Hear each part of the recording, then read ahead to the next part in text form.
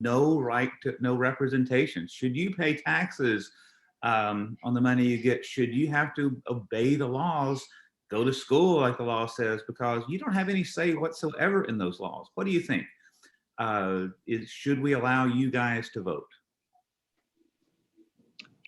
I don't think we should be allowed to vote because people our age or before the age of 18 tend to vote on presidents based on how they look or how they present themselves. And I don't think that's how we should really think about voting. We should think about voting in a deeper type of way.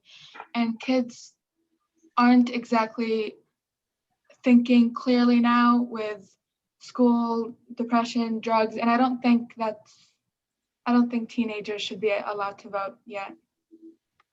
I would, Kara, I would trust you to vote more than a whole lot of people who are allowed to vote.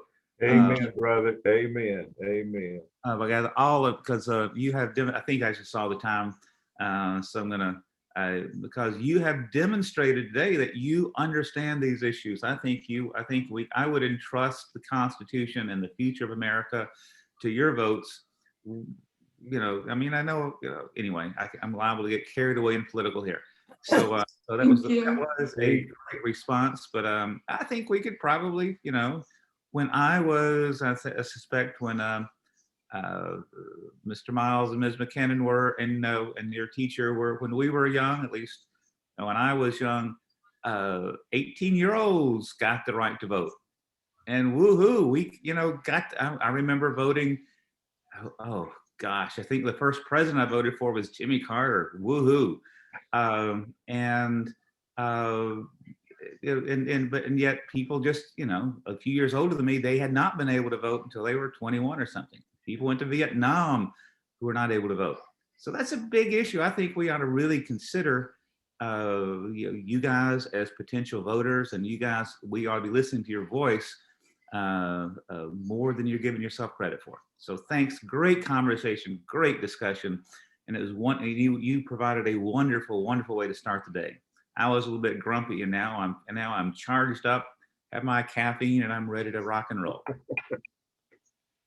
Goodbye, you're too polite. I saw you cut off your I saw you cut off your microphone 2 or 3 times. Next time, tell them to move over. Y'all are way more polite than we are. I thought you did a very, very nice job. I thought you brought out a number of points that bother those of us that watch and participate in politics every day. You brought out the points that are bothersome to us. And I think Dr. McConnell's right. I think so much more, as we said to you yesterday, so much more that a lot of seniors in high school and freshmen in college and maybe grown-ups than you realize. And take confidence in that. Take confidence in Mr. Half and what he's imparting to you, and carry it on and do something with it, okay? Boy, I agree with that and with what Dr. McConnell said. Let me tell you how much Dr. McConnell wanted to be with you this morning. He's got a herniated disc in his back, and he's in a lot of pain. And he got his Sunday school class started on Zoom with his left hand while he was getting us ready to go with his right hand. That's how bad he wanted to see you this morning, and that's a tribute to him. 2 things, I guess, real quick. Your vote's as important as anybody else's, partly not because of whether it affects the outcome or not, but because it gives you skin in the game. You can't really complain once you're eligible to vote. You can't really complain about the outcome or about what the person that won does unless you participated in the election, unless you voted. Dr. McConnell's a lot younger than I am. I voted in the 1972 election, Tandy, and I was on the losing side on that one. But in 1976, President Carter brought me back. I got to vote for a president in 76. I didn't get to vote for another one for a long, long time, but I voted in the election every single time. And it gave me a right to agree or disagree with what the person did. So vote. Don't miss the chance to vote. When you got it, too many people gave too much away to do that. The last thing is what Rita said is so right. You are so far ahead. in the Indiana state competition, middle school competition. I don't know if you remember this man, but there was a political science professor from Notre Dame that judged your team in the Indiana middle school state finals. And he sent me a message 2 weeks later. He was in a discussion back in his political science class with a bunch of juniors in college. And they were just completely off the mark on one thing after another. And finally, in exasperation, he said to them, I was with some juniors and with some 9th and 10th graders 2 weeks ago that know more about the Constitution than you do. And I'm going to get them to come in here and teach you. Well, he was right.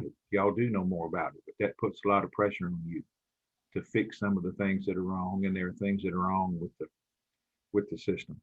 So y'all go fix it. The last thing I'd say is I've gotten to watch Andrew for a long time teach. He doesn't bring teams to us unless two things are true, unless he knows the team is skilled enough to perform at this level, and unless he thinks they have the potential to change things.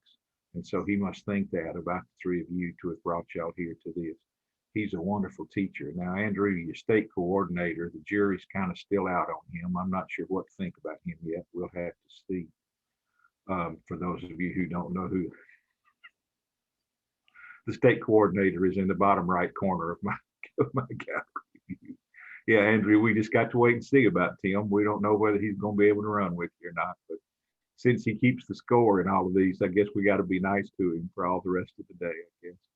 We're nice to y'all because y'all were wonderful this morning. Tandy's right.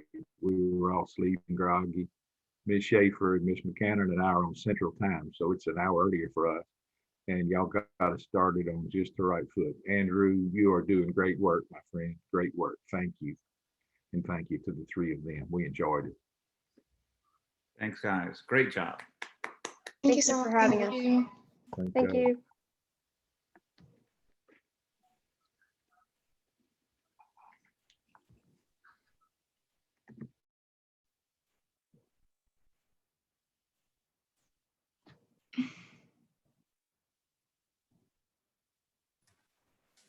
Great job. You all nailed it. That was wonderful. Well, go enjoy the rest of your day. You're through it. A whole year of work.